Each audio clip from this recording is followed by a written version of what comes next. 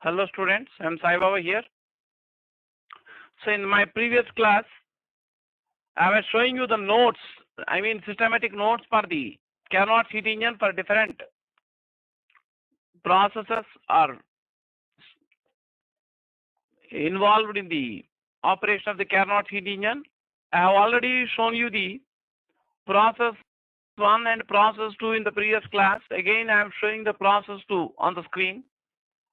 That means I have discussed I have shown the notes up to here in my previous class.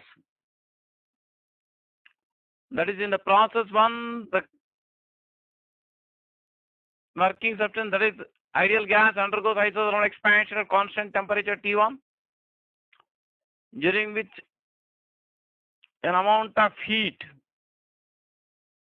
denoted by Q1 is absorbed from the source by the working substance. Next, in the process BC, during the adiabatic expansion, temperature of the working substance decreases from T1 to T2. T2 is the temperature of sink. So I have already shown the notes up to here. I think you have finished copying the notes up to here. In case you are not finished, please take a pause and finish copying the notes up to here. So I am going to next show the notes, next slide, that is a continuation to this.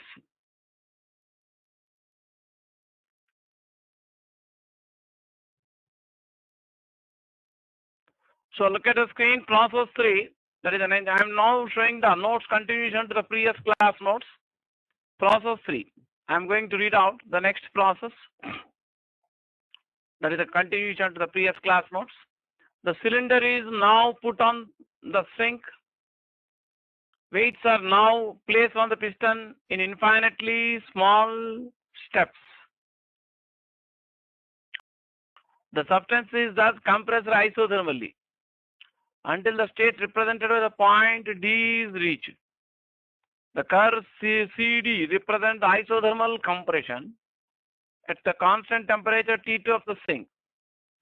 During this process, work is done on the gas by the piston, and a quantity of heat Q2 is given out to the sink. So as I told you earlier, the first process AB represents isothermal expansion at constant temperature T1 of source, during which an amount of heat Q1 is absorbed by the working substance. BC represents adiabatic expansion, during which the temperature of the working substance falls from T1 to T2. The process CD represents the isothermal compression at constant temperature T2 of sinks, during which the substance gives out an amount of heat Q2 to the sink. The curve DA represents next adiabatic compression. That is the process 4. So I am going to show you the continuation to this in next slide. Those please finish writing the notes. Up to here, take a pause and finish writing the notes. Process 4. The cylinder is once more put on the heat insulating stand, and by further placing the weights on the piston, the substance is compressed adiabatically. Further amount of work is done on the substance and its temperature rises. The process is continued until the temperature rises once more to T1 and the state A is recorded. The T1 is the temperature of source. The curve DA represents the adiabatic compression. That means the graph I have shown you in the previous slides. The curve DA represents the adiabatic compression. Come on, take a pause and finish writing the notes up to here. So I am going to show you the notes in continuation to this. And the efficiency is given by 1 minus Q2 IQ1, that is 1 minus T2 I21. Of course, I will show you the mathematical calculation which I discussed in the previous class for this step Q1 2 by Q1 equal to T2 I21. Next slides. So thus the efficiency of Carnot's reversible engine is independent of the working substance and depends only on the absolute temperatures of sink and source. So in general, for the engine to have 100% efficiency, E equal to 1, T2 must be 0. Since we cannot obtain a sink at absolute 0, engine with 100% efficiency is a practical impossible. That means it's not possible to have a sink at absolute zero. Absolute zero means 0 Kelvin or minus 273 centigrade. So it's not possible to get a sink at that temperature. So it's not possible to construct, even it's not possible, even theoretically, it's not possible to construct a device, heat engine, with 100% efficiency. That means it's not possible to convert a given amount of heat Q1 completely into work without leaving any part of it to any sink. So I'm going to show you the calculation which I have already explained in the previous class in a systematic way in the next slide. So those who are writing the notes, please take a pause and finish writing the notes up to here. How to increase the efficiency of Carnot engine. The efficiency of a Carnot engine operating between temperatures T1 and T2 is given by E equal 1 minus T2 by T1. To increase E, we must decrease T2 by T1. This can be done either by decreasing T2 or by increasing T1. That means you can increase the efficiency by decreasing the value of T2 by T1. This can be done either by decreasing T2 or increasing by T1. Because T2 is less than T1. A decrease in T2 will be more effective than an equal increase in T1. Come and take a pause and finish writing the notes up to here. So I am going to show the calculation part for the result Q2 by Q1 equal T2 by T1 in the next slide. Calculation of efficiency of Carnot heat engine. The heat Q1 will be equal to the external work done with the gas in expanding isothermally from A with coordinate V1 P1 to B with coordinate V2 P2 at temperature T1. So Q1 is equal to integral V dV from V1 to V1. P can be done nu RT1 by V. So that can be written Q1 equal nu RT1 log to the base C V2 by V1. Similarly, Q2 will be equivalent to the external work done on the gas during compression from C to D at temperature T2. Come on, finish writing the notes up to here.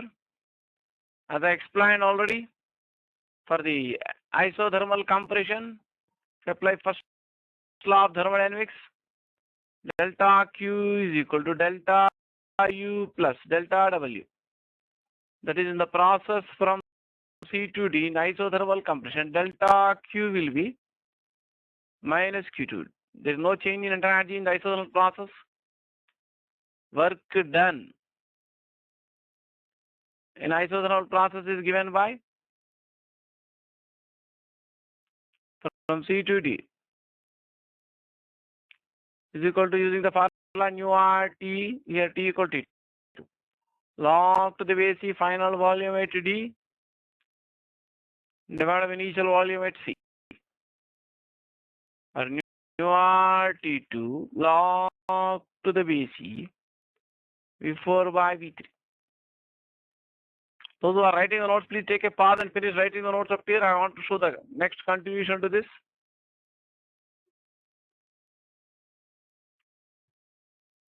So you can write Q2 equal minus nu RT2 log to the base V4 by V3, which you can write nu RT2 log to the base V3 by V4, where V3 and V4 denote the volumes of the gas at C and D respectively. Minus sign indicates that work is done on the gas. The work done by the gas during the adiabatic expansion from B to C is exactly equal to the work done on the gas during the adiabatic compression from D to A. So the net work done during the adiabatic processes is 0. Come on, take a pause and finish writing the notes up to here. I'm going to show the notes continuation to this. The next slide. First you write down, therefore Q1 by Q2, you can write T1 by T2 into log to the base V2 by V1 divided by log to the base V3 by V4. Come on, take a pause and finish writing the notes up to here.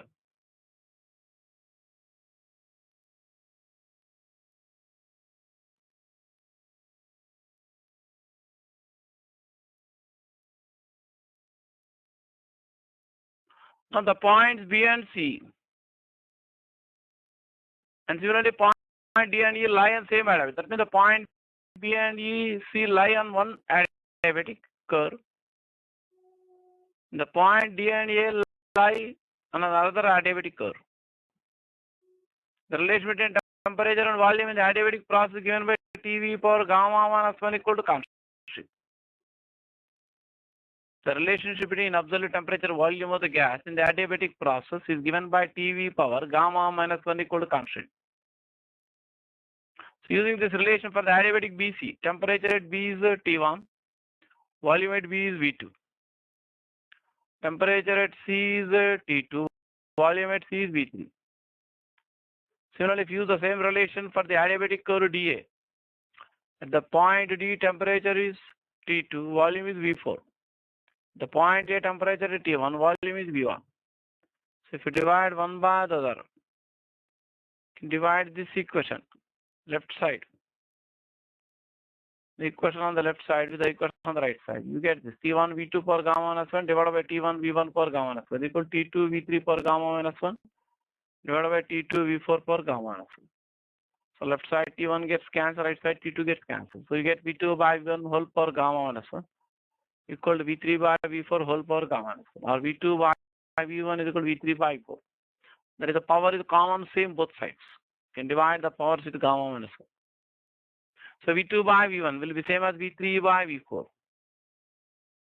Substituting this result in the equation 1. That is, in the earlier equation I have written for Q1 by Q2. I called it as equation 1. You get Q1 by Q2 equal to T1 by T2. And the efficiency is given by E equal to 1 minus Q2 by Q1. You can substitute Q2 by Q1 equal to T2 by T1. Come on. So take a pause and finish writing the notes up to here. Next I am going to show you the continuation. That is, with this step I have completed the theory notes for Carnot heat engine. That means for all the operation of the Carnot heat engine and also the derivation for the efficiency of Carnot heat engine. This whole discussion are required when you are given a long answer question in the board exam to explain the working of Carnot heat engine and derive the expression for the efficiency of Carnot heat engine. Now next I am going to solve a problem based on this Carnot heat engine. So look at the problem on the screen. Problem number 9. I am going to first read out the problem. In a Carnot cycle, the isothermal expansion of ideal gas takes place at 400 Kelvin and isothermal compression at 300 Kelvin. During the expansion, 500 calories of heat energy are transferred to the gas. Determine, first part here, the work performed by the gas during the isothermal expansion. Second part, the heat rejected from the gas during the isothermal compression. Third part, the work done on the gas during the isothermal compression. J is given as 4.18 joule per calorie. The temperature T1 of the source at which the isothermal expansion takes place 400 Kelvin. The temperature T2 of the sink at which isothermal compression takes place is 300 Kelvin. The heat energy absorbed by the gas during the isothermal expansion at constant temperature T1 of source is denoted by Q1. That means you are given that T1 equal to 400 Kelvin, T2 equal to 300 Kelvin, and Q1 equal to 500 calories. The first part of the question is asked to find work performed by the gas during the isothermal expansion.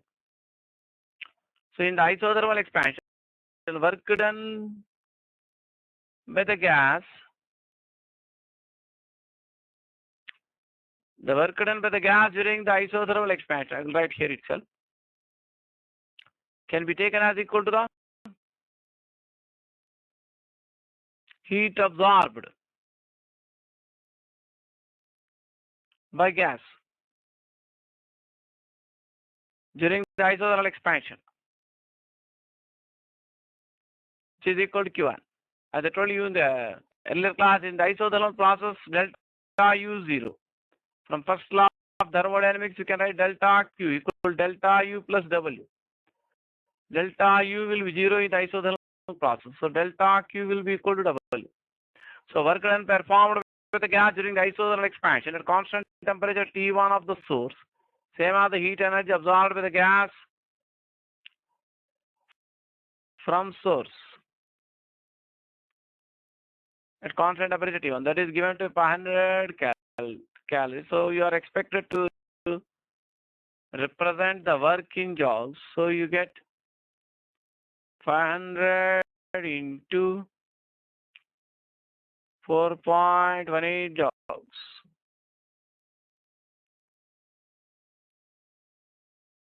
And 5 into 418 joules. Can take, if you want to copy the working, take a pause and copy the working. So for first part of the question, you get the answer as 2090 joules. The second part of the question, you're asked to find heat rejected from the gas during the isothermal compression. That means you have to find the value of Q2. So in the Carnot cycle, we can write Q2 by Q1 is equal to T2 by T1. Therefore, you get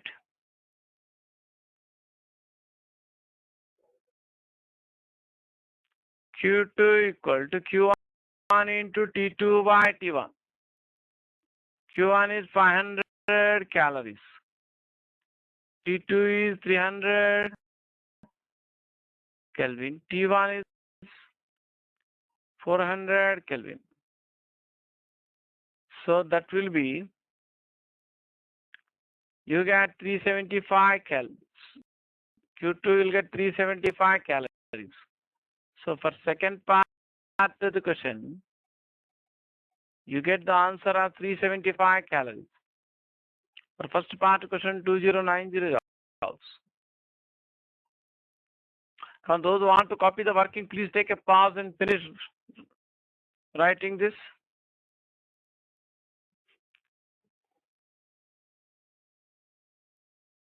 So coming to the third part of the question, you're asked to calculate the work done on the gas during isothermal compression. The work done on the gas during the isothermal compression, and the gas in thermal contact with the sink at lower temperature T2 is equal to heat rejected. That means in the process C2D, in the adiabatic, in the P indicated diagram. Heat rejected in the isothermal process, delta Q is equal to W, because there is no change in the internal energy of the gas in the isothermal process.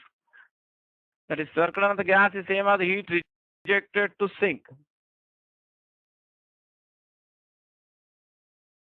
which is equal to Q2, which you have calculated in the previous question as 375 calories. Only thing you have to convert into joules. 375 into 4.18 joules. So those who want to copy the solution, please take a pause and finish writing the solution. So for three parts of the problem 9, I have shown the answers again here. You can look at the screen. For first part of the problem, answer is 2090 joules. For second part of the question, answer is 375 calories.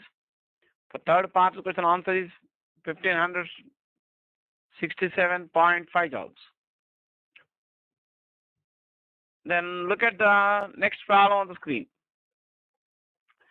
Carnot engine takes in 100 calories of heat from source at temperature 400 Kelvin and gives up 80 calories to sink.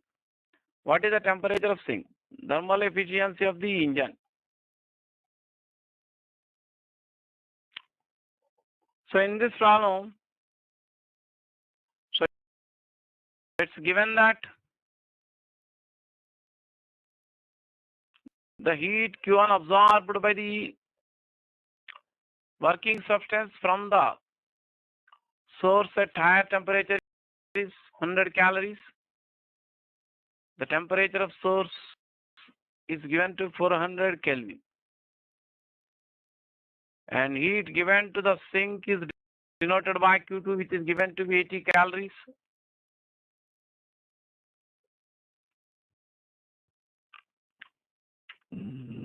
And you have to find the temperature of sink and also the efficiency. So in Carnot's engine,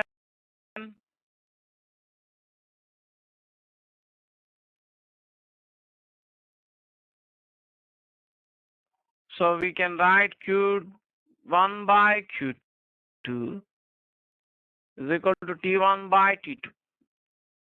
For T2 can be written as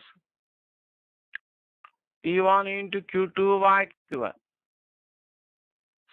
Substituting the given values, T1 equal to 400 Kelvin, Q2 is 80 calories, and Q1 is 100 calories. So you get T2 equal to 320 Kelvin. That is one of the answer. That is the temperature of sink.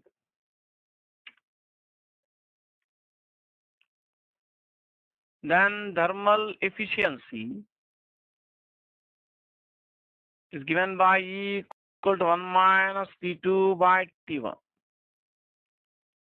1 minus 320 Kelvin by 400 Kelvin.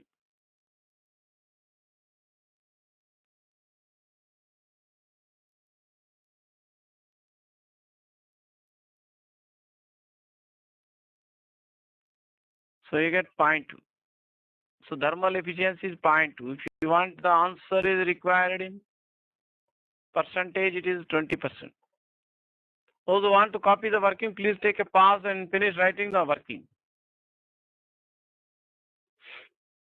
Now please stop writing and just concentrate to listen to my next discussion about Carnot's ideal refrigerator or heat pump. So Carnot's ideal refrigerator is essentially a heat engine running backwards.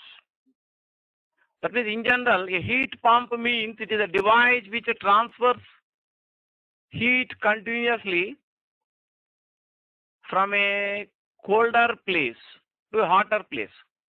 So heat pump is a device which transfers heat energy continuously from a colder place to hotter place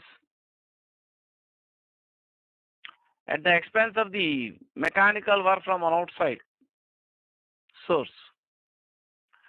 So the schematic diagram for refrigerator, that means Carnot ideal refrigerator is heat engine running backwards.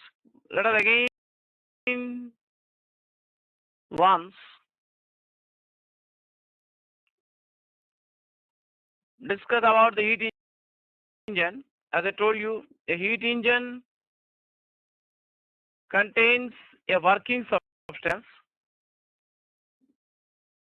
In the heat engine, the working substance takes some amount of heat Q1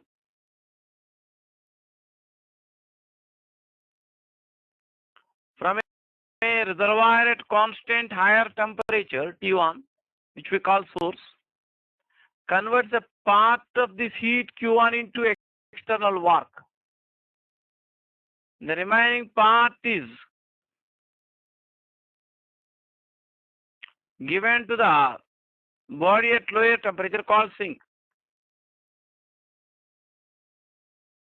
So heat engine, in the heat engine, the working substance undergoes a cyclic process, and in each cycle it absorbs an amount of heat Q1 from the source at constant temperature T1, and part of this heat is converted into work, and the balance is given to the sink. So we write net heat absorbed by the working substance during cycle is Q1 minus Q2, which is equal to work done. Whereas in the case of Carnot's refrigerator can be considered as heat engine running backwards. That means the refrigerator, the working substance removes certain amount of in each cycle. Here also, refrigerator, the working substance undergoes a cyclic process. So the working substance takes an amount of heat from the body at lower temperature. The body at lower temperature with large thermal capacity, we call it a sink. The temperature of sink denoted by T2. So in this case, an amount of work is done on the working substance during each cycle. So during each cycle, the working substance removes certain amount of heat Q2 from the colder body at lower temperature T2, and an amount of work is done on the working substance. Thereby, the working substance delivers larger amount of heat Q1. That means Q1 is larger than Q2 to the body at higher temperature. The body at higher temperature will be denoted by source, and temperature source is T1. So if you apply first law of thermodynamics for the working substance used in the Carnot's refrigerator, if you apply the first law of thermodynamics for the working substance which undergoes cyclic process in the Carnot's refrigerator, net quantity of heat energy absorbed by the working substance. First, it absorbs an amount of heat Q2. The working substance absorbs an amount of heat Q2 from the colder body at temperature T2 and loses an amount of heat Q1. Gives out an amount of heat Q1 to source. So net quantity of heat absorbed by working substance is Q2 minus Q1. Delta U, net change in energy of the working substance when the cyclic process is 0. That is, I'm just applying first law of thermodynamics for the working substance in Carnot's refrigerator. So W is the work done on the working substance in each cycle. So work done by the working substance in each cycle can be done as minus W. So you get Q2 minus Q1 is minus W, or W can be written as Q1 minus Q. That means same equation which we used in the Carnot heat engine can be used in Carnot's refrigerator also. So Carnot's refrigerator is a heat engine running backwards. Please concentrate to just listen to my discussion. Don't write running notes. I will be showing you the notes in a systematic way. So Carnot refrigerator transfers heat from a colder body at lower temperature or colder place at lower temperature to a hotter body or hotter place at higher temperature at the expense of external work or energy supplied from outside or power supply. Now the performance of a refrigerator is measured by a term called coefficient of performance.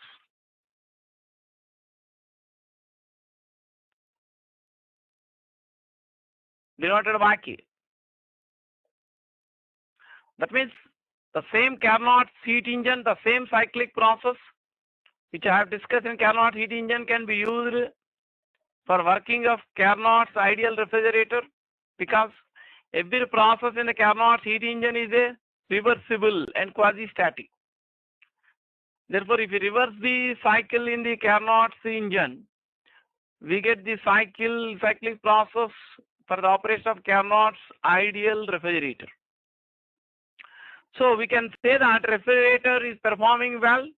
I mean, for a good refrigerator is one which removes large amount of heat from the colder place with the expense of smaller amount of work.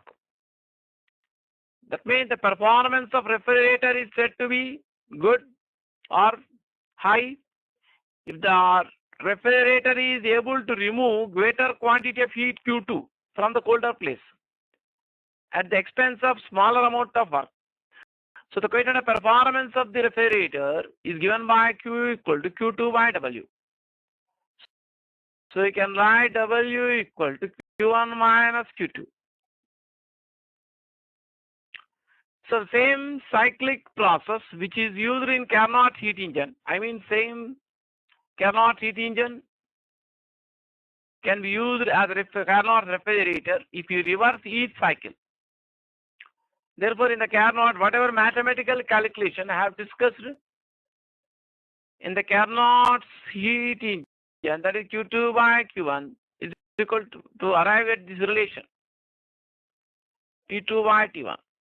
This relation which I have discussed for Carnot heat engine is also applicable for Carnot's refrigerator because each cycle in the Carnot heat engine is reversible. So here also you can write Q2 by Q1 equal to T2 by T1. So if you divide numerator and denominator here with Q2, so you are Q1, then Q2 by Q1 divided by dividing your denominator with Q1. So Q2 by Q1, you can substitute it as T2 by T1. Please concentrate to listen. I will show you the notes separately. So you can substitute Q2 by Q1 equal to T2 by T1 both in numerator and denominator, and Q1 by Q1 is 1. Therefore, this relation gives you K equal to T2 by T1 divided by 1 minus T2 by T1. So you get K equal to T2 by T1 minus T2.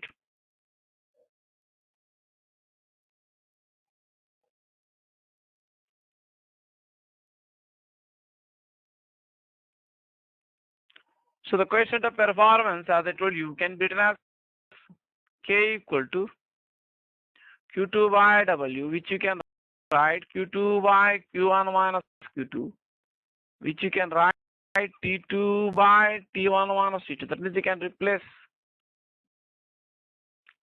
in place of Q2 and Q1, you can write T2 and T1 in your denominator to find the coefficient of performance. To find the relation between, I'd like to show you how we can. So there is one more conclusion which I would like to show you.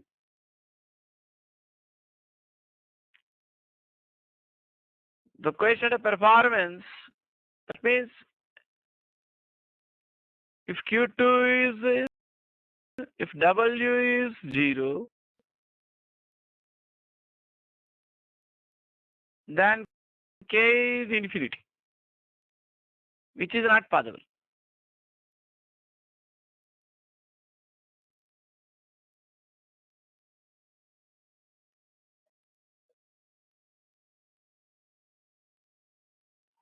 So K will be infinity. The same equation you can write if you divide your denominator with T2, 1 by T1 by T2 minus 1. K will be infinity. W K is infinity, which is possible when T2 is 0, which is not possible. You cannot get to 0 Kelvin temperature. So therefore, K will be infinity. That means it's not possible to convert, it's not possible to construct a refrigerator which can transfer heat energy Q2 from colder place to hotter place without the expenditure of any work by an external agent. It's not possible to construct a refrigerator which will work without the supply of any energy from outside. So next I am going to discuss the relation between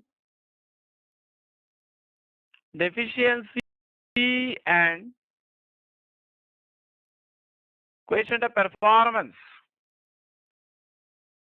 That means, let us consider Carnot heat engine which works between the temperature T1 and T2. Its efficiency is given by E equal 1 minus T2 by T1. If you consider Carnot's ideal refrigerator which also works between the same two temperatures T1 and T2, then K can be written as T2 by T1 minus T2. So from the earlier equation, you can write T2 by T1 is equal to 1 minus E. This equation, if you divide here, numerator denominator with T2. T1. T2 by T1.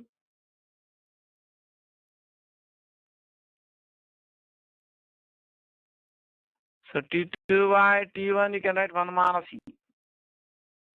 T1 by T1 is 1.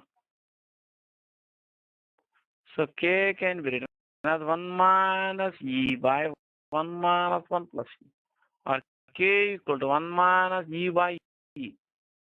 From this you can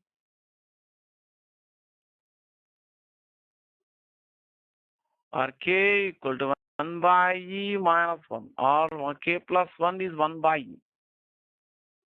Or efficiency in terms of coefficient of performance can be written as 1 by K plus 1. That means efficiency will be equal to 1 if K is 0. K is 0, equation of performance will be 0. Means what? It's not possible to. It should not. This is. It's not possible to transfer heat energy from colder place to hotter place without the expenditure of any work.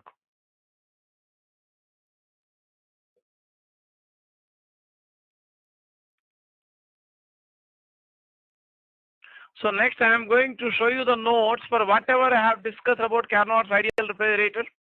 So those who are writing the notes, please get ready with your pen and paper. So look at the screen here. A heat pump transfers heat from some cold place to a hotter place at the expense of energy supplied externally by a motor. That's the definition of heat pump. Next, I am giving you the definition of refrigerator. Any device for removing heat from a cold place and adding it to a hotter place is called a refrigerator. It is essentially a heat engine running backwards. Those who are on to write the notes, please take a pause and finish writing the notes. I want to show the continuation to this. Let Q2 be the heat removed from the cold body at temperature T2. W the net work done on the refrigerant. And Q1 heat delivered to the hot body at temperature T1. Then we can write Q1 equal to Q2 plus W. Or W equal to Q1 minus Q2, which you can write Q2 into Q1 by Q2 minus 1. Come on, take a pause and finish writing the notes still here. So I would like to show the continuation. The next slide.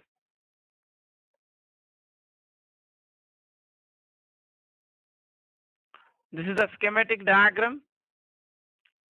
That is, refrigerator takes in heat Q2. Put the arrows here like this. From cold body at temperature T2. An amount of external work W is done on the refrigerant.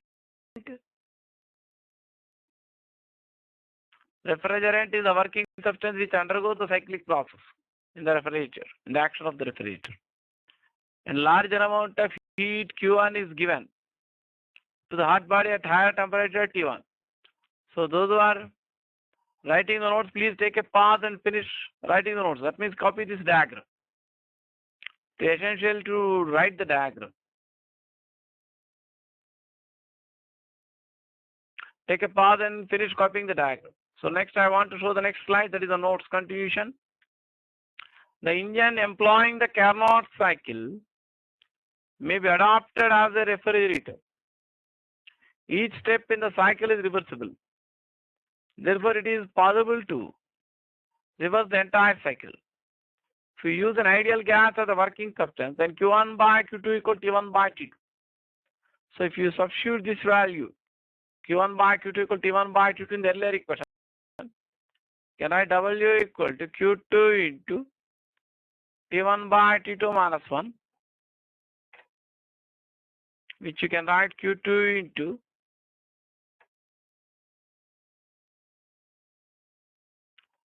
T1 minus T2 by T2. So this equation gives you the formula for calculating the minimum work needed to be done on the refrigerant in each cycle for the operation of the ideal Carnot ideal refrigerator. Those who are writing the notes, please take a pause, finish writing the notes up to here. I am going to show you the continuation in the next slide. So this is the expression for the minimum work that must be supplied to run the refrigerator. Next, put the side heading question of performance. I'll read out the definition. The question of performance K is defined as the ratio of the heat taken in from the cold body to the work needed to run the refrigerator. That is K equal to Q2 by W, which you can write Q2 by Q1 minus Q2. Divide numerator and denominator with Q2, you can write 1 by Q1 by Q2 minus 1. Come on, those who are writing the notes, please take a pause and finish writing the notes up to here. Next, but Q1 by Q2 equal to T1 by T2. In the case of Carnot's ideal refrigerator. Therefore, if you substitute Q1 by Q2 equal to T1 by T2, it will get K equal to 1 by T1 by T2 minus 1 or T2 by T1 minus T2. Next, you put the side heading relation between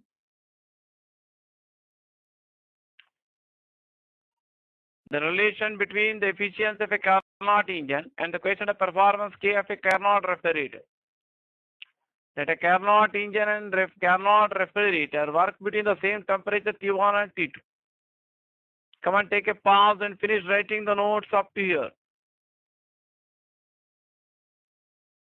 I am going to show you the next slide on screen. We have E equal to 1 minus T2 by T1 or T2 by T1 1 minus E. K can be done T2 by T1 minus T2. If you divide your denominator with T2, it can be write 1 by T1 by T2 minus 1. So T2 by T1 is 1 minus E. So from that you can substitute the value of T1 by T2. From same equation T1 by T2 you can write 1 by 1 minus E. So here I have substituted T1 by T2 equal to 1 by 1 minus E. That gives you 1 minus E by 1 minus 1 minus E or K equal 1 minus E by E. This you can write 1 by E minus E by E. E by E is 1. Or you can write K plus 1 equal 1 by E or E equal 1 by K plus 1. No refrigerator can run without supply of external energy. This led to the Clausius statement of second law of thermodynamics. Come on, those who are writing the notes, please take a pause and finish writing the notes up to here.